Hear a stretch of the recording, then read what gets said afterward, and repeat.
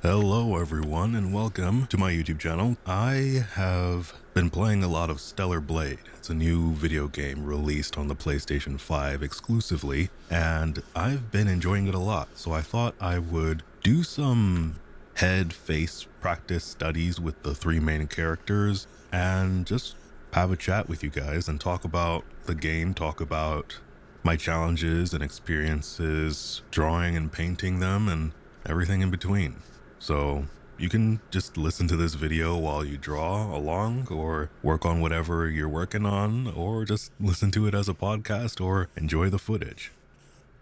So if you're not familiar with it already, Stellar Blade is a newly released PlayStation 5 game that has been doing extremely well. I think last week it was already the highest ranked PlayStation 5 game period, and it probably is still holding that title. A lot of the things I'm going to talk about later on in the video will explain, I think, why it is doing so well.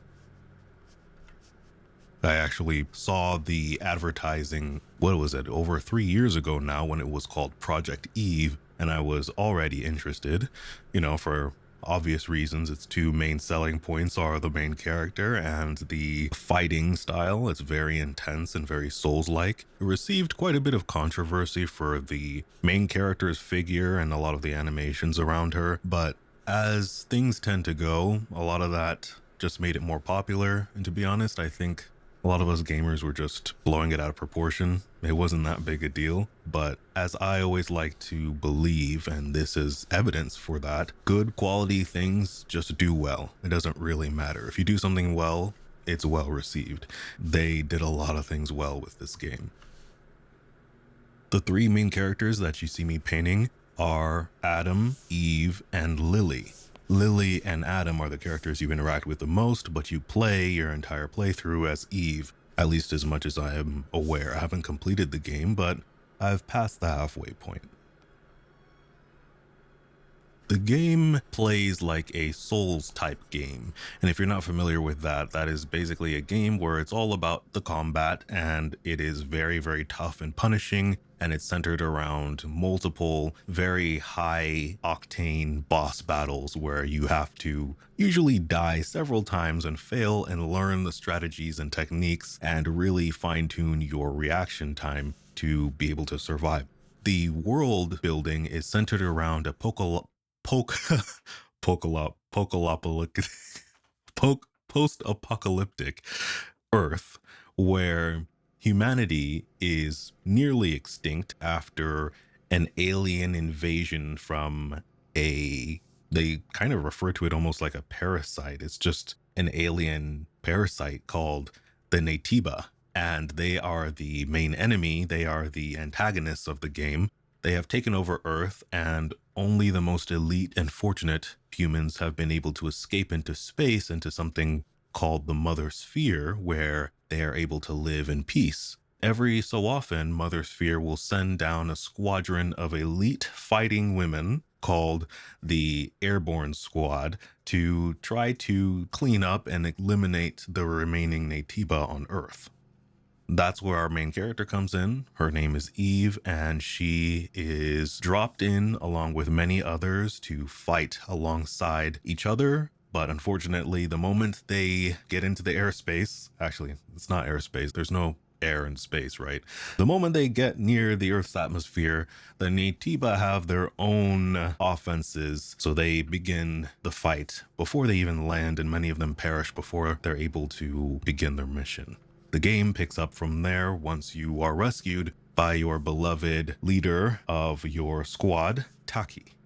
Games like this are usually not celebrated for their storyline. It's usually about the combat, and that's really where they shine, right? This game isn't doing well because it nailed everything perfectly. It's doing well because it selected a few things to get right, and it absolutely delivered on those from the very moment of its conception and preview years ago. It's the combat, right? It's the flashiness, it's the animations, it's the secondary animations, as I have been inspired to call them. Those are done expertly well, and that's why people are enjoying the game. My favorite criticism of the game is that it kind of plays like a 2024 version of an old early 2000s game, almost like a arcade style game, and I think that is exactly what it feels like. They also did something that isn't really something you would think would do well financially, which is they didn't take advantage of the PlayStation 5's features. There's no ray tracing, but on the other hand, it absolutely maintains a 60 frame per second consistent experience throughout nearly the entire game, which is extremely important for combat. So they picked something to do well and they nailed it. And a lot of games today are trying to maximize everything, push the graphics to the bleeding edge, but then there's stutters, there's issues, and they need to release bug fix after bug fix. But the only bug fix that they've released since the launch was just to censor some things to avoid some more clapback, I guess, from the internet. I personally don't find what they needed to censor too offensive, but obviously if I was head of a giant corporation like Sony, I would have easily made that call. But yeah, it's a very, very good game upon release, and I really hope that it inspires a lot of other studios to approach things similarly. 2024 is looking to be an excellent year for gaming, with Final Fantasy Rebirth behind us that I'm still playing with so much content. It is such an enlightening and beautiful game. The mini games are just perfect. But then you have the Elden Ring DLC coming out soon, which I'm really looking forward to. So this is turning out to be quite an interesting year for gaming. Now I'm drawing on my iPad Pro 12.9 inch. It's the M2 model, and I'm very excited for what Apple is about to release on the May 7th event coming up soon. But I'm working in Procreate as always. So I started out sketching Eve, of course, and I found it quite challenging. And this challenge was something I was able to identify, and that was converting the 3D to the 2D that I was drawing. But it isn't just the 3D, it's the game 3D. I came across certain things that I realized that the game is doing, where a lot of the features are very flattened to simplify the polygons that are being rendered every single time you move the character. There are cheats and tricks to make it look very 3D and realistic. And also, you've got the fact that Eve is kind of like a 3D anime style character with extremely small features that was pretty challenging for me to adjust to. I'm not very used to that. I used to be used to that. I used to draw in that style a lot more often, but it was something that I had to shift to because right now I'm working on a pretty big illustration with a character that it's still quite stylized, and they have African American features because they're black, and that was a pretty big shift. So I had to like retrain my brain, like, oh yeah, okay, I gotta change all this stuff quite a bit. So that was a challenge in and of itself. The eyes especially are so flat. The eyelids are like paper thin, and what helped me, it took me a while to get there, but what helped me is to realize, wait a second, I'm not copying this exactly one to one. I'm taking this character and reimagining them in my style, right? And that's something that I still have to consciously remind myself that I'm doing when I approach illustrations like this. And I think it's one of those higher level skills that you'll be able to pick up on and do more naturally the more often you draw. I think also because I haven't been drawing so much, I've been painting so much. More on that in a bit. That's actually pretty significant. Took me a while to kind of warm the engine up and remember, oh yeah, this is how I draw faces. I don't copy like this. I structure them in my own mind and make them very 3D and accentuate certain features so that I can understand them better.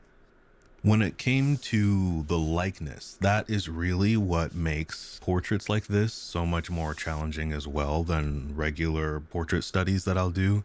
Because if I take a picture of a woman from Pinterest, for example, right? I'm just going for drawing a character that has some features that are inspired from the photograph. But in this case, it actually has to look like Eve. It needs to look like Adam. It needs to look like Lily. If I don't actually achieve the likeness, then the illustration is pointless. So I have to really zoom in and zoom out frequently mentally to understand what is it that makes this person look like them. What are the key features here? It took me over 90 minutes to draw three of them, where normally it wouldn't take me that long to do three simple bust sketches of a character from the middle of their chest up, right? But nailing the likeness, especially on Adam, because I'm not that, I don't draw men that much, was challenging. But I'm really proud of how Adam ended up turning out. He didn't end up looking weirdly feminine like I tend to do when I draw men. I think I'm finally past that hurdle. I was also still able to capture the softness of his eyes that I felt was really, really beautiful. And that brings me to one of the biggest things that you want to pay attention to when you're drawing a portrait of a individual or character and you want to match their likeness. In order to really achieve that and to make your illustration better than just a picture, to have more meaning than just a photo, is that you want to capture the essence of who they are. I really loved how quickly I was able to find the perfect reference of Adam in the game, where in this moment he is telling Eve that I don't think anyone's going to look at us with sideways glances anymore. It's like it's a moment of we did it. Like, wow, we're here. We've earned our place. And he has this sweet, caring expression in his eyes that I really, really wanted to capture immediately the moment I saw them. And some of you on Instagram even commented on that as well. When it came to Eve, I really was just drawn to how funny she looks here and how she looks a little bit surprised and animated. She's quite serious and objective throughout the game, but there's this funny thing, this collectible. I don't know if I want to spoil it, but there's a certain collectible item, and that's not a new thing. That's in so many different games, right? Where you have these random collectibles. They probably have some text assigned to them, and you want to find them, and they're strewn throughout the entire game. But with this collectible, there's an animation that plays, a couple different ones, every single time with its own sound effect, and it's just really fun. And I think it's such a funny balance to how serious the game can be at times, especially with her character alone. I just love when you have especially a character like her that's just so elegant and beautiful and voluptuous. You have this silly animation, this silliness, this playfulness. It's just such a lovely balance to see that. And I felt like this screenshot captured some of that. And that's why I selected it to paint from. Now, when it came to Lily, I was immediately drawn to this more somber, very lighthearted, pure image. This almost another example of a contrast where she's a very bright and bubbly character, but I noticed that she's also always lit in a more high-key lighting scheme than anyone else. And it just seems so thoughtful and pensive and airy and light. And so that's something I wanted to capture. I wanted to bring out that purity of her own character and essence. And one of the things I love about her is that when you help out different people in the main city called Zion, your relationship with her grows. And you can't build a relationship with Adam the same way you can with her. Her relationship meter only grows when you do very thoughtful things like help people or read things. And I thought that was really, really cool. When it came to Adam, it was quite challenging because his face was almost entirely shrouded in darkness, which meant I had little wiggle room to accentuate certain features. It was all delicate, very careful edge work that took me a while to achieve while still maintaining his likeness. With him, it was more of a gradual experience. The likeness, the quality of the image, everything just slowly built upon itself throughout, whereas I was able to achieve the likeness of Eve very quickly, and when it came to Lily, it was pretty much in between. I just love to analyze the interpersonal communication and relationships of the characters in games because they put a lot of thought into it, the developers and the writers, and I really like to appreciate that myself, and I learn a lot from these interactions. Something to note is that there seems to be a heavy influence on the origin Bible story, with Adam and Eve being the main characters, obviously, right? Adam and Eve being the first two people in the Bible that God created. And I also noticed that, wait a second, there's a third character in this trio, and her name is Lily, right? But it made me think, that kind of sounds like Lilith, which is said to be the first wife of Adam in Mesopotamian and Jewish mythology, and that she was banished from Eden for not being subservient to Adam. However, some also say that she simply left Adam because of this unwillingness to be subservient of her own volition in search of another. And this could be a stretch, but if you play the game, you notice there are multiple occasions where Adam and Lily will be bickering. It's nothing serious, but then Eve will tell them to settle down and straighten up, right? And they're always separated when this happens as well. So I think it's a very interesting throw to that portion of the Bible and all of the different stories around that. The main city, the hub city itself, is called Zion, similar to the city of Zion in the Bible, except that it's spelled with an X instead of a Z. And in the Bible, the city of Zion is said to be a place where God would protect his people from the forces of evil, a place of refuge, which is exactly what Zion is supposed to be. I do also love, though, that if Lily is supposed to represent Lilith, who's usually shrouded in darkness and linked with different demons like the succubi, she is painted with such youthful innocence and optimism in her behavior and her voice and her countenance. Like I said, she's usually the brightest lit character, and I capitalized on that in my painting. Eve, on the other hand, seems to, interestingly enough, be the logical head of the trio. She's optimistic, but determined and focused. When certain issues come up that really threaten everything that they had understood, Eve is the one who's the more balanced. Lily is a little bit more frantic. And Adam, he's also quite level-headed, but he is the one more quickly to adhere to the darker potential interpretations of what goes on. And his history is a lot more murky than everyone else's. I also think it's funny that as you play through the game, he doesn't actually fight alongside with you. He mans the drone that monitors and scans things around you as you play from the spaceship. He never really leaves the spaceship unless he's coming out to talk to Eve and Lily. He stays in there with his headset and his controller, talking to us, controlling the drone, while we do all the hard work fighting. And he's always the one who's so excited when we have to take a break. He's like, yeah, let's take a rest here. Wow, man, that was intense. And I'm like, we're the one who just dodged falling hunks of metal and grotesque monsters spewing their internals at us, and you're just sitting here watching it on a screen, probably eating snacks.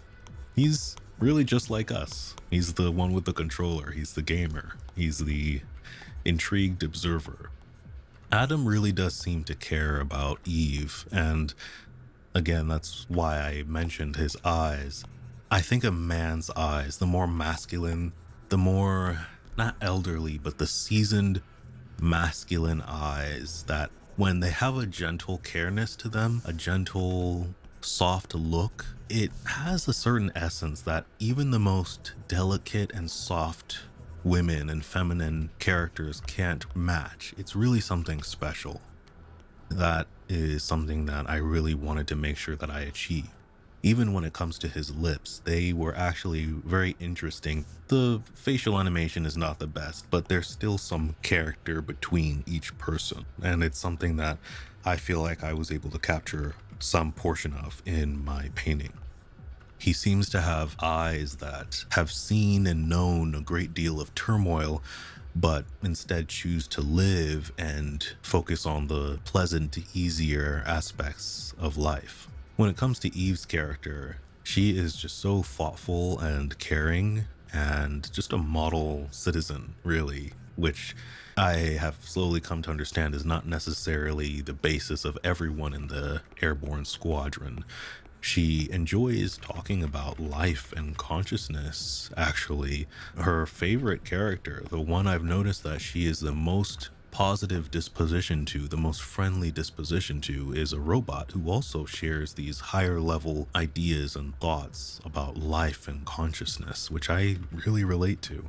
She even mentions that she's not able to have conversations like this very often, and I felt like she's someone that I could actually learn from, especially in the recent past, because the only individual that Eve actually shows a lot of aggression to and is standoffish towards is an individual who takes an extremely positive liking to her in a city where everyone is uncertain and cautious and even standoffish towards her. And you'd be surprised to find out that this character is a woman like herself, when typically that type of character would be, the very creepy male individual who has these weird fetishes and whatnot. So, another nod to the developers and writers at Shift Up, the studio that developed this game, for taking an interesting spin on things. The side quests in the game, although mostly are repetitive and consist of, oh no, I had to run away from the Natiba monsters and I left XYZ thing. There are some that are really quite excellent, and one even made me tear up a bit. It was the one with the singer at the bar. And while some of the more emotional moments of the story seemed a bit oddly paced and even rushed sometimes to the point where they even fell flat, the characters themselves were really relatable. I love seeing how the characters will approach Eve. Well, we will approach them and they're defensive and haughty, but they quickly open up once they see how compassionate Eve is, which is such a huge contrast to what they may have been expecting towards her.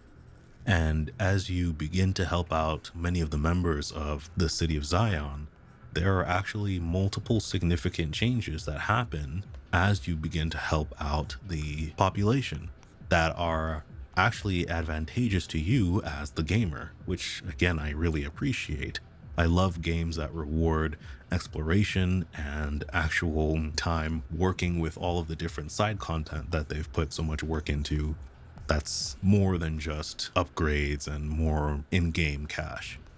Without too much spoilers, the main story seems to center around this idea of how the things that we fight with may not be what they seem to be, how the truth may be something that we have held on to for so long, but it may not be the truth, or it may be another side of the same coin. Again, this leads me to point out a lot of the different references that you find in the game to the Bible and other more consecrated, sacred, spiritual, religious concepts, like a lot of the names, like the cradle, mother, sphere, Zion, Abaddon. For those that have said that the game lacks a lot of heart and detailed storytelling, I would say that there's definitely a point there, but for those who are the more nuanced, who are willing to take a deeper look, there is quite a bit of story here, and I think they told it very well, because the underlying darkness to the story is something that I picked up on very, very quickly. I really love when that happens, because it shows me that the developers and writers are really paying attention to the subtleties of every single word that is said and the expression that suggests a character's true motives or lack thereof from the beginning, when they're presented as a perfectly fine stand-up individual that everyone should love and respect. Just getting back into the art aspect of all this, I mentioned getting more into painting, and you may notice a more significant shift in my style towards painting more, especially once I release the latest painting I've been slaving over. I'm so excited. It is so good. I'm so proud of myself. But I really find myself painting over my lines a lot more and spending less time trying to refine my line work these days. I've started to find drawing quite a frustrating endeavor in general, to be honest. I feel like you can compare drawing and painting to another pair of polar opposites that kind of represent the medium themselves: wet and dry. Wet obviously being painting, and dryness being drawing, because usually you draw with dry medium like pencil or charcoal or even pastel. Dryness in and of itself can be so irritating, right? Dry, cracked skin, that's painful, and it can, in and of itself, be an invitation to infection. Dryness signifies a lack of life. Most of the most sprawling environments in Stellar Blade are dry, barren environments. The largest area is a huge desert, for example. But on the other hand, wetness suggests life. Water is usually soft, right? And it heals. You put water over something and it usually gets better. We are 70% water, and there are parts of our body that are 90% water. Our lungs, for example. However, too much moisture can be a problem too. Getting water in your lungs can lead to a lot of problems and be the symptom of a lot of problems. Mold and mildew are two really good examples that everyone is aware of when environments get too moist. It can be the breeding ground for all sorts of detrimental and harmful things to our health. So I'm finding that painting a lot more is balancing my approach towards art in a very good way that is significantly improving it. I find that there are some things that, even within the characters that I am showing you today, that I kind of wasted my time drawing because it became so much clearer and easier to paint them as basic shapes first, and then maybe go in and add some line work if I wanted to emphasize some things. My upcoming painting, surprisingly enough, ended up playing with some Adam and Eve symbology as well, and I think it will really show how significant this balancing approach has had on my artwork in and of itself. I'm releasing an entirely new brush pack alongside it to celebrate it. It's called Ergo Chroma. It'll be available on my website soon. If you want, you can check out my Patreon, where I will provide the full recording process along with the value diagram as a Photoshop file that I created to help myself with this shading, along with the references so that you can follow along if you want. I'll also upload in my shop a pack where you can find the entire screen recording of this drawing and painting process with the references and the value diagram files included as well, so that you can draw along if you want to. But with all that being said, I think Stellar Blade is a pretty fantastic game, and I'm proud of Shift Up for taking so many risks. I'll include a little promo video that they made about the game, which I think was excellent, and it is the image of how I envision studios being with the advent of AI, just being a team of people who are excited to create something and make something for people to experience. I don't think it's any coincidence that it did so well. The first time studio who has only been doing, I think, mobile games before this point. This is their first console game, and it did extremely well, which is extremely rare in the industry, especially today. I definitely hope they make a Stellar Blade 2, and I'm looking forward to playing it again in the New Game Plus after I finish this video in my evenings. So, with that all being said, thank you all so much for watching. I hope you've enjoyed this video. Stay balanced and take care. This has been Ergo Josh, and I'll see you in the next one. Peace.